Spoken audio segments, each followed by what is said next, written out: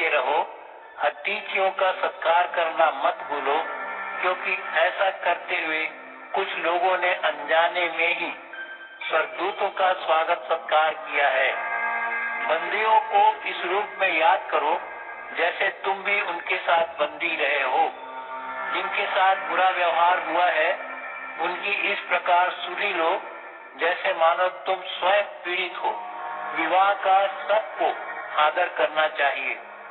विवाह की सेज को पवित्र रखो, क्योंकि परमेश्वर व्यभिचारियों और दुराचारियों को दंड देगा। अपने जीवन को धन के लालच से मुक्त रखो।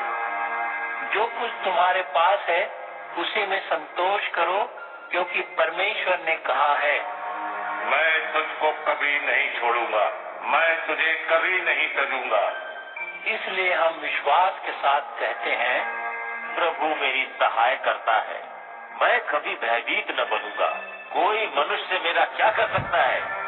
अपने मार्गदर्शकों को याद रखो जिन्होंने तुम्हें परमेश्वर का वचन सुनाया है। उनकी जीवन विधि के परिणाम पर विचार करो तथा उनके विश्वास का अनुसरण करो। यीशु मसीह कल भी वैसा ही था, आज भी वैसा ही है और युग युगांतर तक वैसा ही रहेगा। हर प्रकार की विचित्र शिक्षाओं से भरमाए मत जाओ। तुम्हारे मनों के लिए यह अच्छा है कि वे अनुग्रह के द्वारा सुदृढ़ बने, न कि खाने पीने संबंधी नियमों को मानने से, जिनसे उनका कभी कोई भला नहीं हुआ।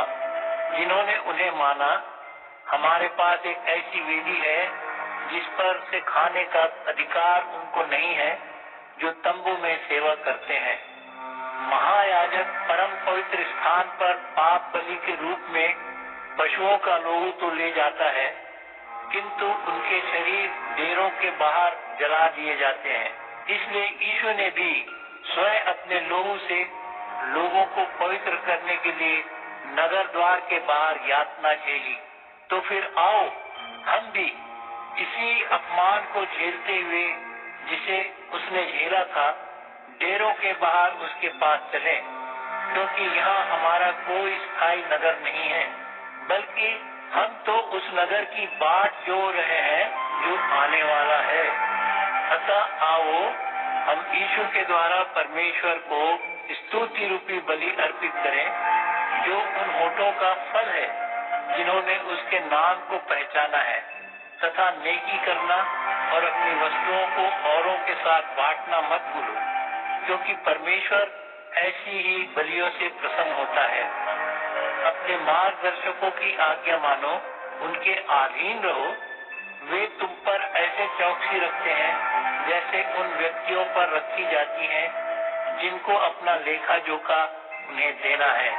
उनकी आज्ञा मानो, जिससे उनका कर्म आनंद बन जाए, न कि एक बोझ बने, क्योंकि उससे तो तुम्हारा कोई लाभ नहीं होगा। हमारे लिए विनती करते रहो। हमें निश्चय है कि हमारी चेतना शुद्ध है और हम हर प्रकार से वही करना चाहते हैं जो उचित है। मैं विशेष रूप से आग्रह करता हूँ कि तुम प्रार्थना किया करो, ताकि शीघ्र ही मैं तुम्हारे पास आ सकूं, जिसने भेड़ों के उस महान रखवाले हमारे प्रभु यीशु के लोहू द्वारा उस सनातन करार पर मुहर लगाकर मरे हुओं में से जिला उठाया। वह शांति दाता परमेश्वर तुम्हें सभी उत्तम साधनों से संपन्न करे, जिससे तुम उसकी इच्छा पूरी कर सको, और यीशु मसीह के द्वारा वह हमारे भीतर उस सब कुछ को सक्रिय करे जो उसे भाता है। युग युगांतर तक उसकी महिमा होती रहे। आमीन। ये भाइयों, मेरा आग्रह है कि तुम प्रेरणा देने वाले मेरे इस वचन को धारण करो। मैंने तुम्हें यह पत्र बहुत संक्षेप में लिखा है।